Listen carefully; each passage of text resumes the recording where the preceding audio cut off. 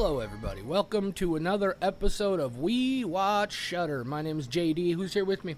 It's Michelle. Michelle, how are you feeling? Less like death. Less Definitely like not death. 100%, but I'm up and about, so. Here's what I can say is, in the current state of affairs in the world, feeling less like death is a win. Take it. I will definitely take it. I'm pretty sure that the Pride event I volunteered at gave me COVID.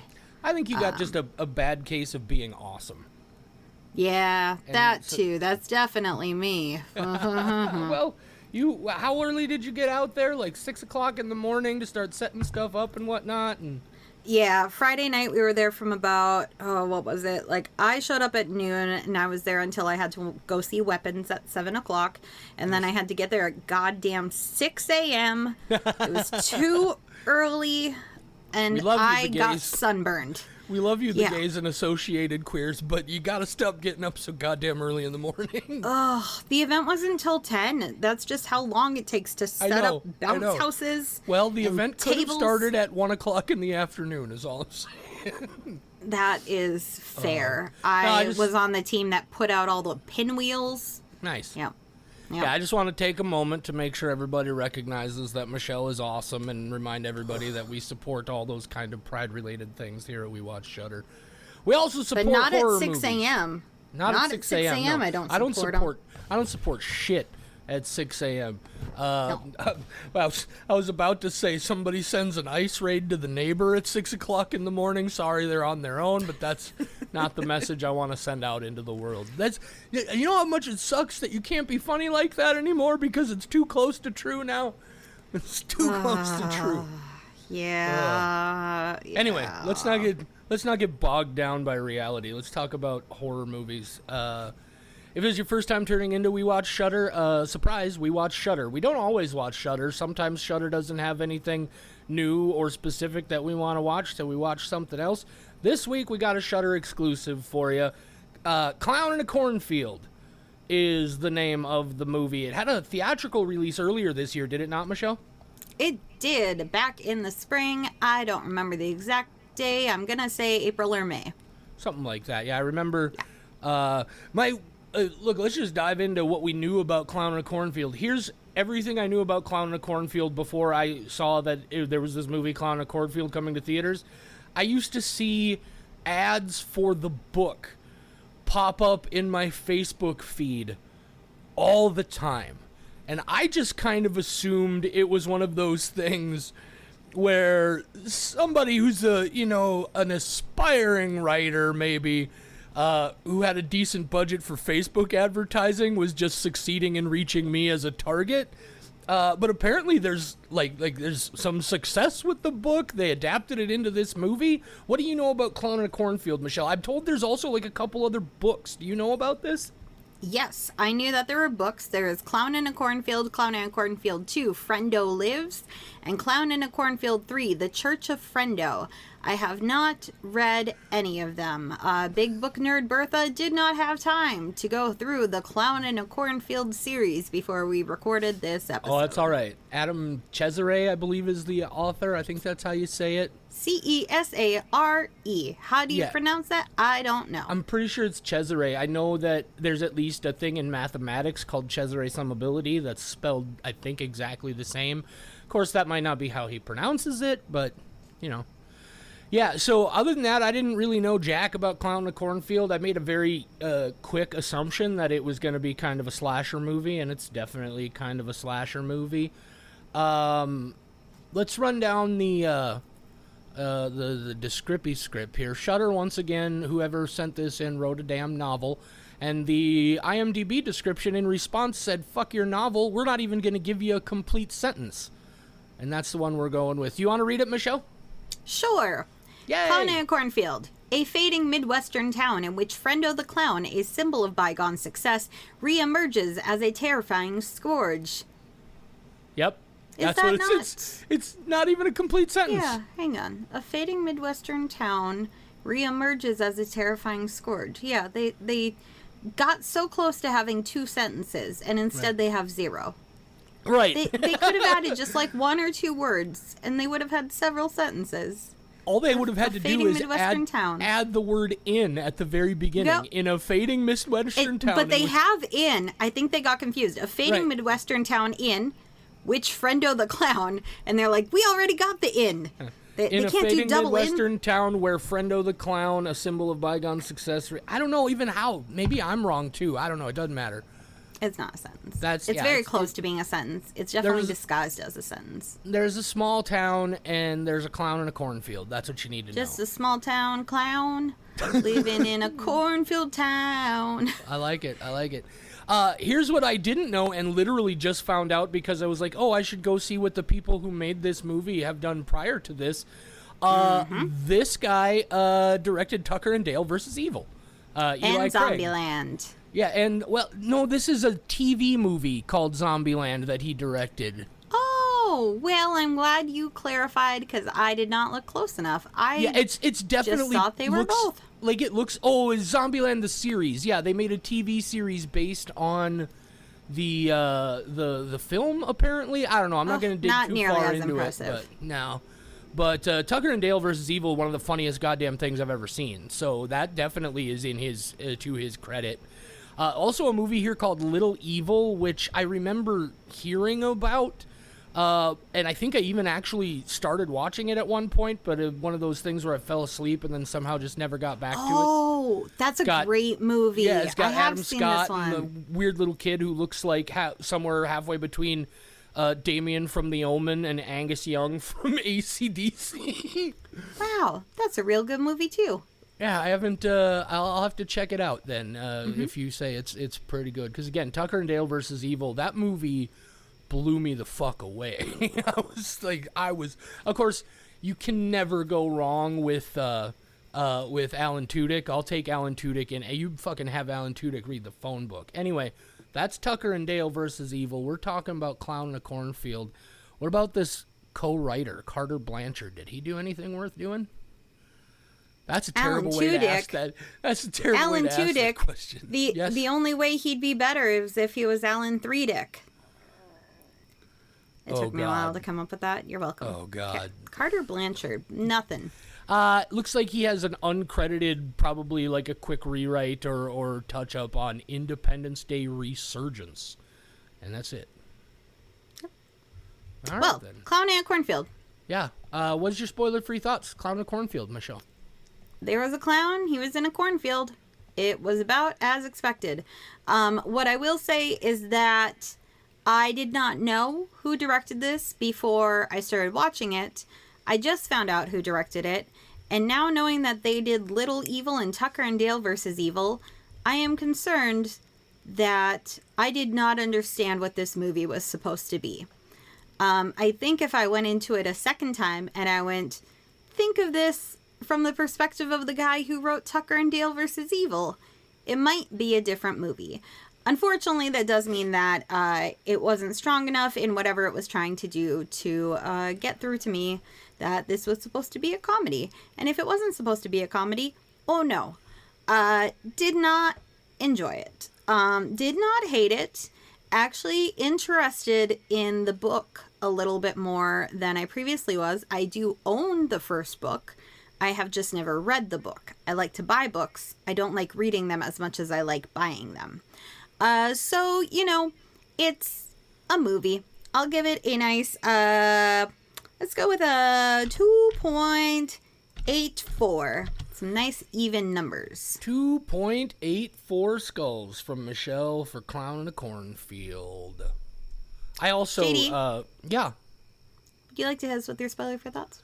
Yeah, not much different than yours, to be totally honest. I recognized that there were moments here where they were trying to be funny. None of it made me laugh. This movie very much feels like a bunch of people got together and said, we want to make an homage to the golden age of slashers in the 80s.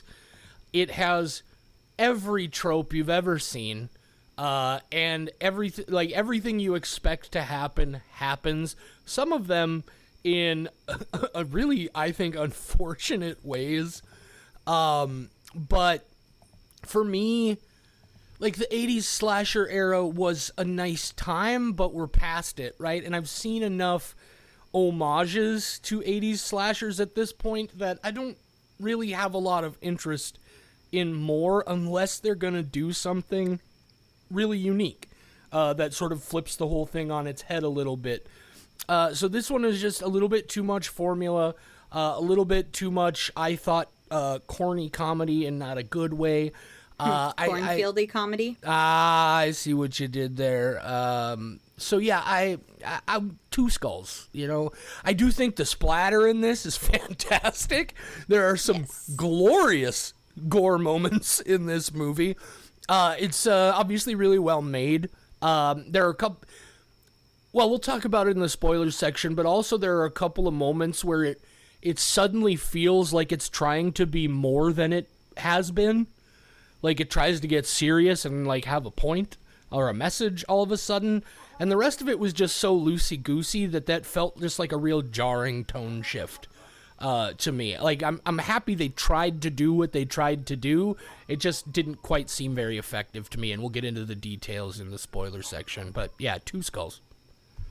2 skulls and 2.84 skulls gives us 2.41 skulls average. No, 2.42 skulls average. Get your math together, Michelle. No. I'm sitting here looking at the Clown in a Cornfield IMDb page while we're talking about the movie, and there is currently a video of like cut scenes from or clips from Megan 2, and I'm just gonna scroll down because I have thoughts about that movie. I haven't even seen it yet, but anyway, we're here to talk about Clown in a Cornfield. Do we want to get into spoilers, Michelle? Yeah, I'm on cold medicine, so it's taking me a while to process the things that you say. That's why Alan Tudyk took a little bit. Alan Tudyk. I was gonna say something about the clown and Megan. Oh, Megan 2.0. It should have had the same thing happen to it that Sonic the Hedgehog did, where people went, "Why did you take this thing that we like and change it? It looks much worse now. We're not gonna watch your movie unless you change it." And then they didn't change it, so I haven't watched the movie.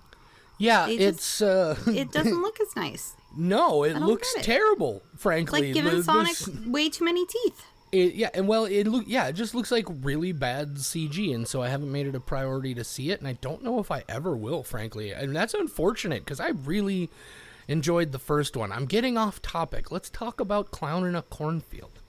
Yeah, Clown in a Cornfield. Spoiler section now. If you want to see the movie before we go through all the spoilers, you're going to want to stop now and come back later.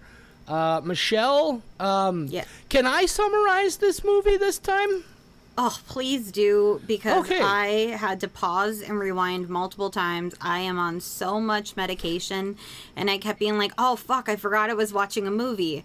Like, I was dozing, but not dozing, like that thing where you just stare off and you start thinking about, like, when I get back to work tomorrow, I'm going to have a lot of stuff to do. I can see my Outlook inbox already filling up, and oh, God, right, movie. Okay, go back 10 minutes. Oh, wow, this movie, it's definitely a movie. Well, Hey, yeah. And what should we do for supper tonight? I'm actually kind of thinking maybe space aliens. I'm craving for a fucking movie. Yeah, it was very I had the same issue through quite a bit of it. It was real hard to stay focused. But Clown in a Cornfield. There's this small town called Bay Pen, I believe. No, Kettle Springs. Bay Pen is the company. So there's this town called Kettle Springs, and they got this company there called Bay Pen that apparently makes corn syrup.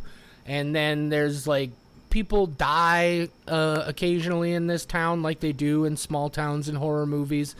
So there's all this local legend and shit, and the Bay Pen corn syrup factory burned down at one point, and then the town turned into a little bit of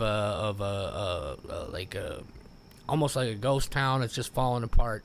Anyway, Dr. Glenn and his daughter Quinn, his wife, her mom died somehow, I don't remember, but they're moving to this small town in the middle of the Midwest. Nobody really knows where it is.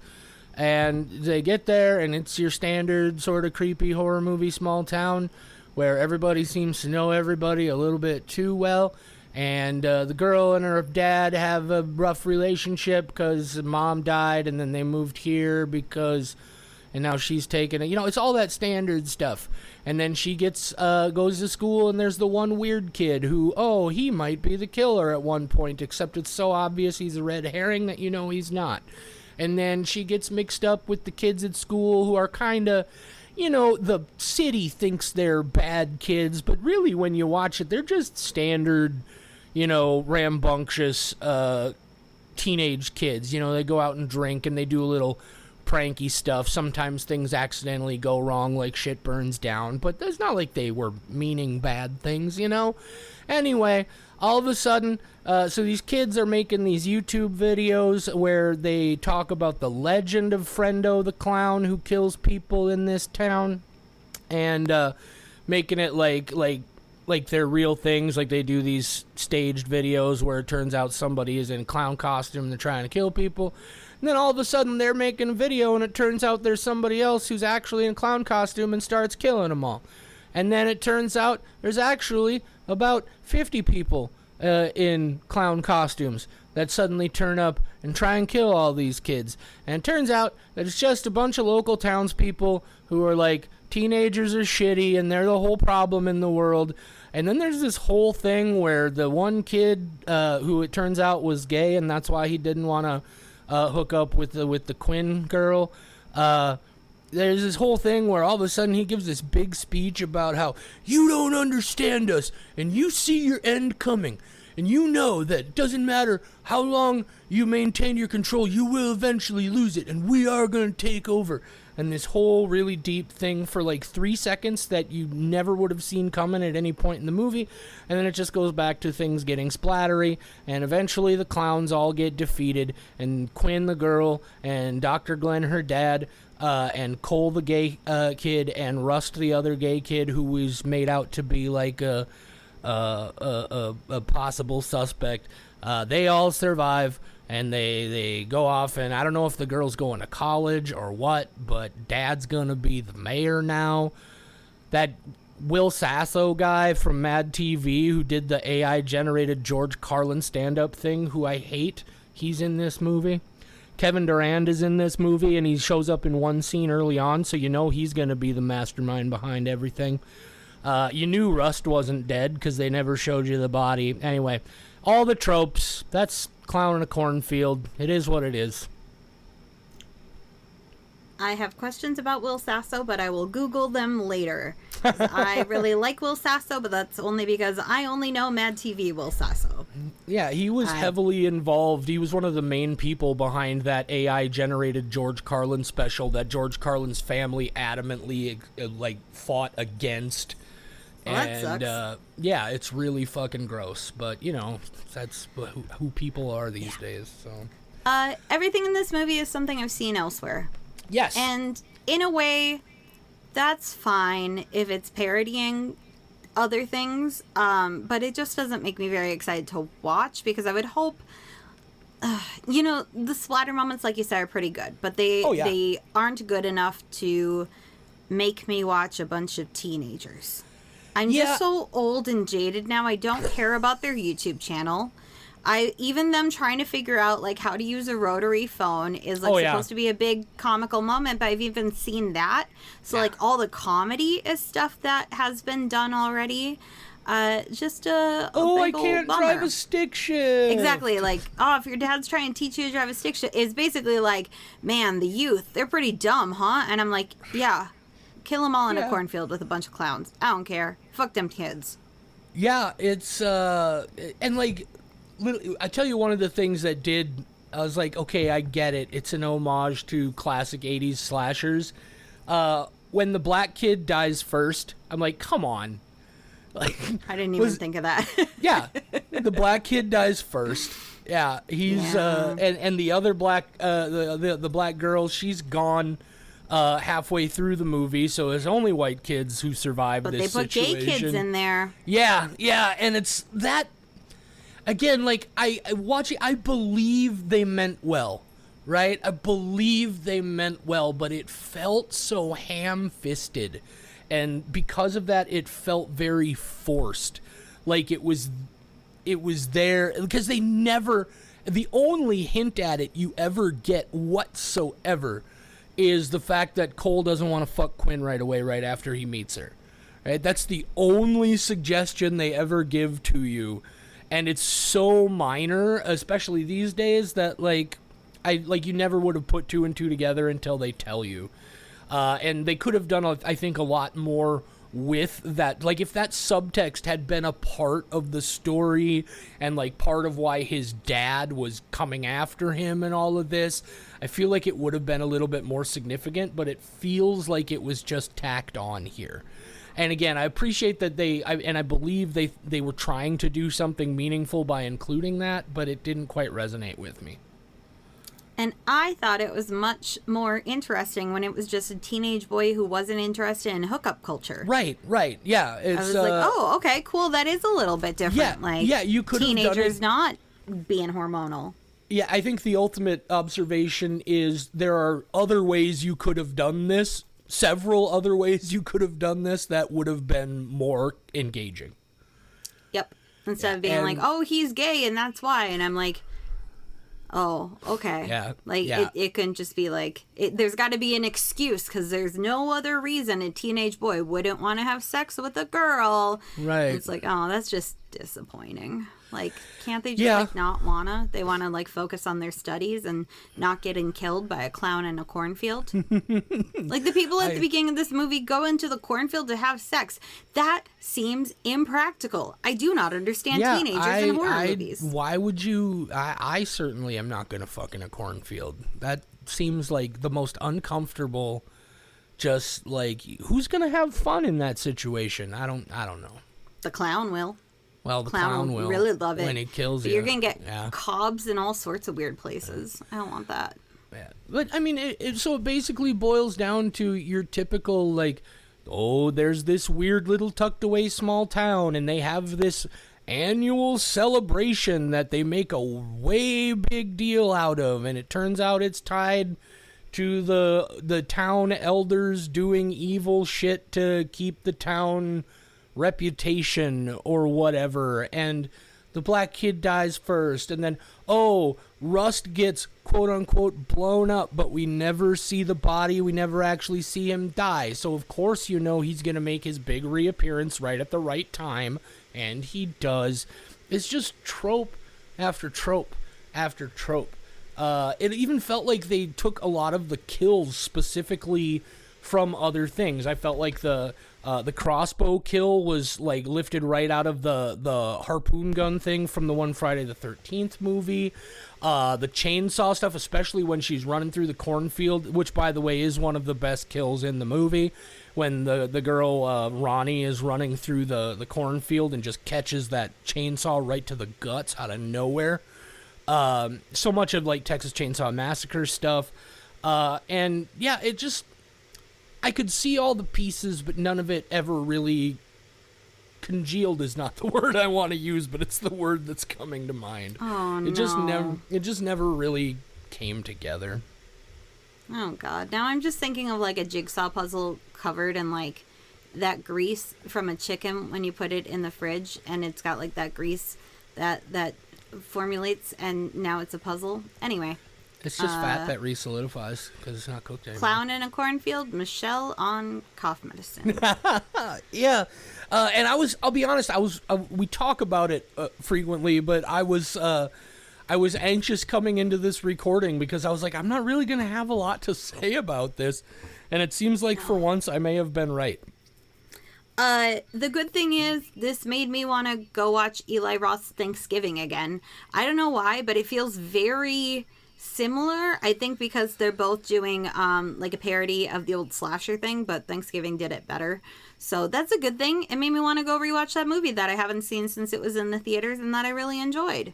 So that's a plus, right? Yeah, I suppose. I might go watch Tucker and Dale versus Evil again. Ooh, that might be a better choice. I've never been much of an Eli Roth guy. I don't think there's a single movie he's ever directed that I cared for. I like him. Plus he's fine.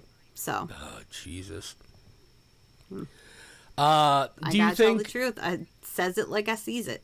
Well, that's fine. Do you know anything about like? Has the movie been reasonably well received? Did it? Well, looks like it had a budget of $1 million and had a box office of $10 million. We're definitely getting 2 sequels. We're getting the other 2 books, and I will have time to read them by then. There's no way this $1 million budget film made $10 million bucks at the box office, and they're not going to make another one. Yeah. No way.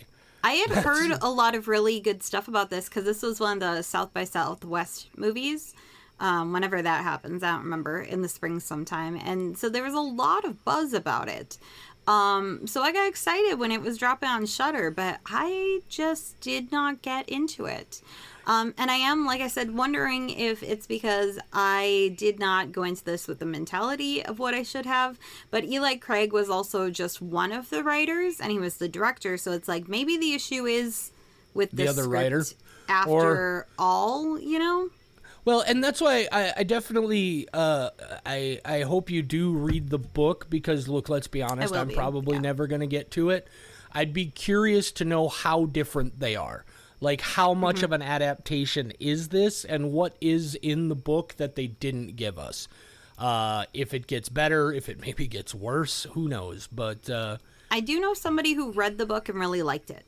Okay. I don't know if they've seen the movie yet. I would like to ask them, but I do plan on reading it either way. Because like I said, I already bought it. I bought it way back when I heard about it because I like books.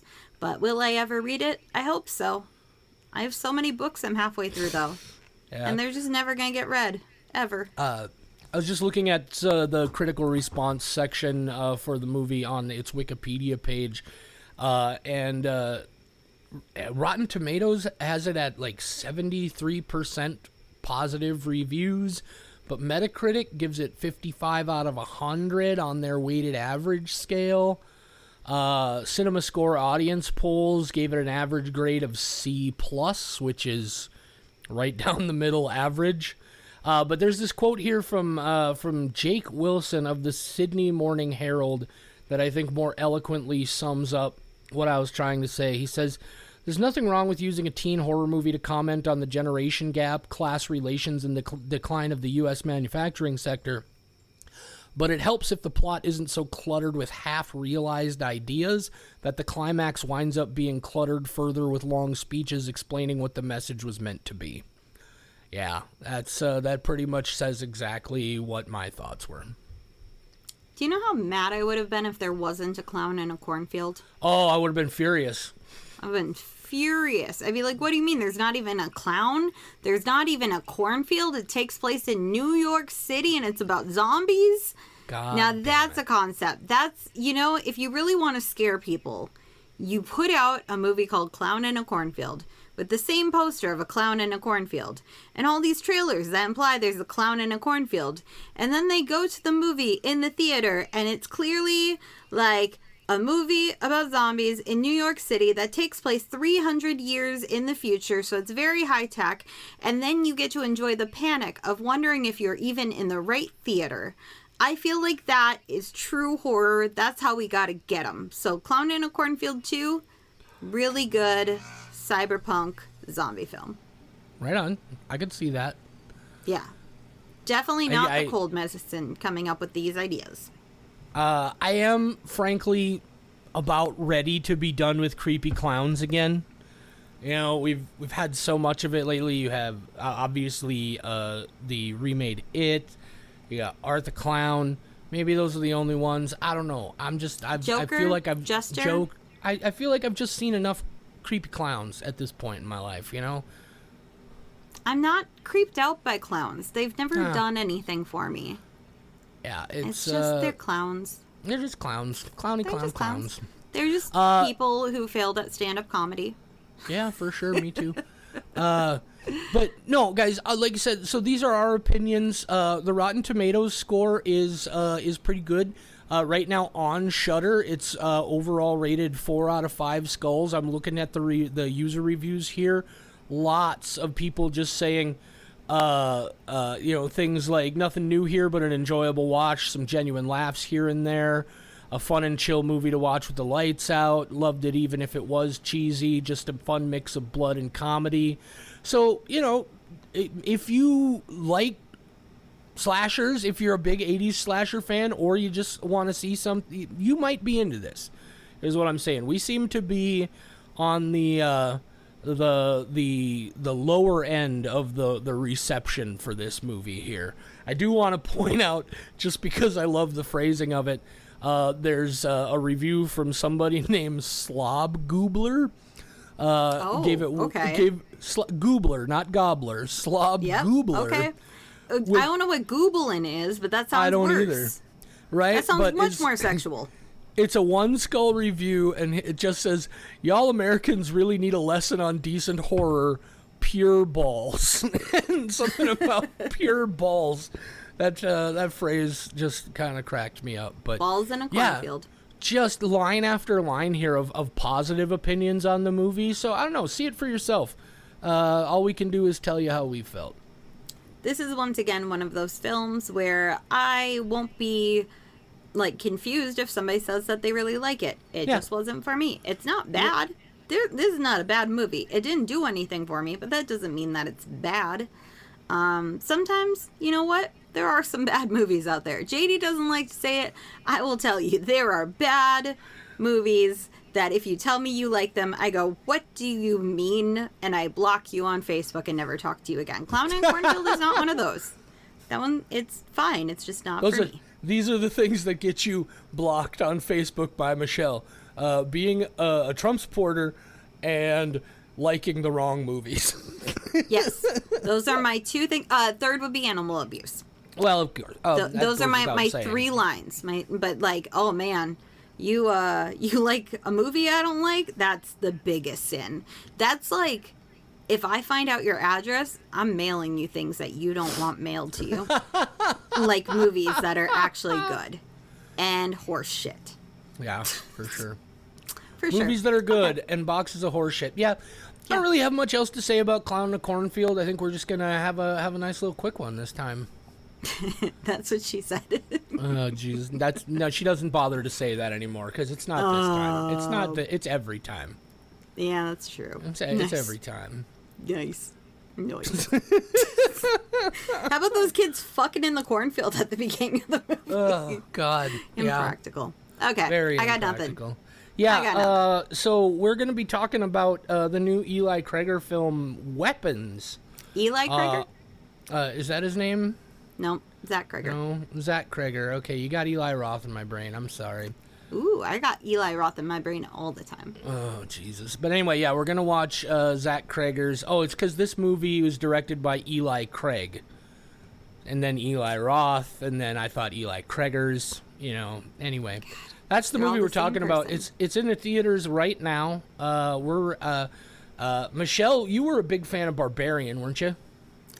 I think so. Barbarian, I still don't know. Like, if you asked me a scale of 1 to 5, what would you give it? I have no idea. Sure, it is so all over the place for me. Yes. But I also like that it's a movie that this many years later I'm still thinking about, and I still don't know how to feel about it. Like, I would prefer that over a movie that's just solid and really good and I forget about it. Okay. Barbarian was definitely weird, and I recommend it to people because I think the weirdness should be enjoyed by more people. All right. Well, we'll talk more about that when we get to the episode. I was not the biggest fan of Barbarian, but I've heard so much good stuff about Weapons, and there were certain things in Barbarian that I did really enjoy. So I'm looking forward to seeing this one. Hope a lot of you get to see it in the theater before we talk about it or after we talk about it. Always go see horror in a theater if you can. Even if it's the only horror movie playing in your local theater and you're not even particularly interested. Find their discount night, buy a cheap ticket, go see it. Shit, you got some extra dollars kicking around, kick $6 for a discount theater ticket and don't even go. That's what I do. I like to just buy a ticket and not go to it. That's my favorite thing. I love it.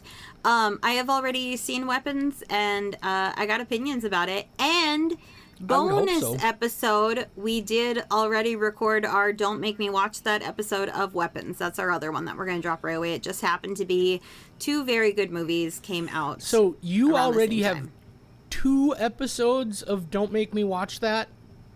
Yes. In the can? And we probably won't have more for a little bit. It's going to How be a often are you sporadic planning thing. to so it's not like a regular schedule. It's just going to be, surprise, No. we're doing something fun. Together and Weapons just happened to come out like one right after another. So it's a fun thing. And we just had to do Weapons as well while we were That at it. makes Because there's a sense. lot that happened. Yeah. At some point, you got to do the Ugly Stepsister. I know. I've already explained it to them once, and I think I'm going to give it a year and then explain it to them again. All right. And just make it a nice little anniversary where every May I trap Frisky and Sarah in a room and I explain the plot of The Ugly Stepsister to them. God, what a movie. That one's still on my mind. Almost certainly going to make my top 10 at the end of the year. Anyway, we're obviously getting distracted from the business at hand. Yeah. I don't have anything else to say about Clown and Cornfield. Michelle's still not feeling 100% perky, so we're going to let her get off this call. Enjoy the rest of your time until we see you again, talk to you again. I don't know why I'm getting all weird here at the end. Say goodnight, Michelle. Good night, Michelle.